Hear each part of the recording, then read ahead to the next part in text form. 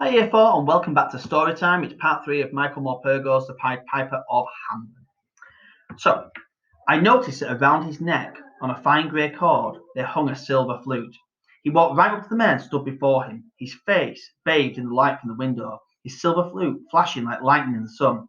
He glanced down at me and noticed my penny whistle. He smiled at me, a gentle, kind, womanly smile it was, from a fellow musician, one friend to another. The smile was quickly gone. And he's suddenly serious again, his brow darkening as he turned his gaze on the councillors all around him. The mayor was on his feet by now, his voice loud with indignation. "How dare you come marching in here as if you own the place?" he roared. "Who do you think you are?" "And a good morning to you too, Mr. Mayor," the stranger replied. He was very polite and softly spoken. He barely spoke a word above a whisper, but he heard every word. "I am known wherever I go as the Pied Piper. I'm a righter of wrongs. It is what I do. That is why I'm here. I heard that you have rather too many rats in Hamelin Town, and that you would very much like me to be rid of these as soon as possible. From what I saw as I came through the town this morning, you do have a problem, a big problem. There are rats everywhere. I have come here to offer you my services, Mr. Mayor. I can get rid of your rats if you would like me to." "And precisely how do you plan to do that?" scoffed the mayor. "That's my business," replied the Pied Piper, calmly, quietly. "Believe me, if I say I'll do something, then I can. I'm a man of my word. Be sure you remember that, Mr. Mayor." "You silly-looking man, what makes you think you can get rid of the rats when nothing and no one else has? I suppose, looking at how ridiculous and outlandish as you do, maybe they'll roll over and die laughing. Is that it? Is that how you're going to get rid of them?" The mayor was so pleased with his own joke that he began to roar with laughter at the Pied Piper, and all the councillors joined in. For some moments the Pied Piper said nothing. He waited until the town hall was silent again before he spoke. "I came to rid your town of rats, which I can do very easily. I came to help you, and all you do is mock me. Is that the way to treat a stranger? I will not stay where I am not welcome. If you want to go on living with the rats, if you want them to overrun the town and drive you out, well, that's up to you. Good day." And with that, he turned on his heel and began to walk away. All right, cried the mayor. He was clearly having second thoughts by now. After all, this man could be Hamelin's only chance, his last chance to get rid of these rats. "Don't be so hasty. Just tell me how you will do it." "I have my ways," the Pied Piper told him. "When I have finished, and I will finish inside an hour, the rats will be gone. That's all you need to know. But once the rats are gone, I will need some small payment for doing it, of course. By the look of you, I think that you can afford it." "You want money?" said the mayor. "No problem. We have plenty of money. Here's the deal. You can get rid of those cursed rats, every last one of them. I'll give you all the gold coins you can carry. How's that? Would that be enough?" "No," replied the Pied Piper. "It would not be enough. It would be far too much. One gold coin is all the payment I ask. No more and no less. I offer you a fortune, and you say one gold coin is enough?"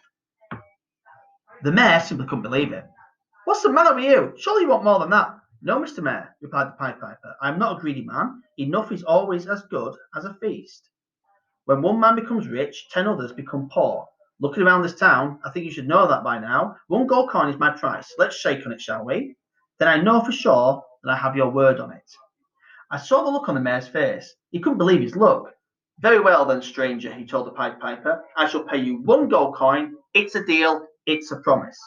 "I shall be back in a little while then," the Pied Piper said, "when the job is done. Good day, Mr. Mayor." Then quite suddenly he found he was speaking to me. "That's a nice looking whistle you've got," he said. "Can you play it?" I couldn't speak. All I could do was nod, and with a smile he turned away and strode out of the council chamber. I followed him as closely as I could. We all did.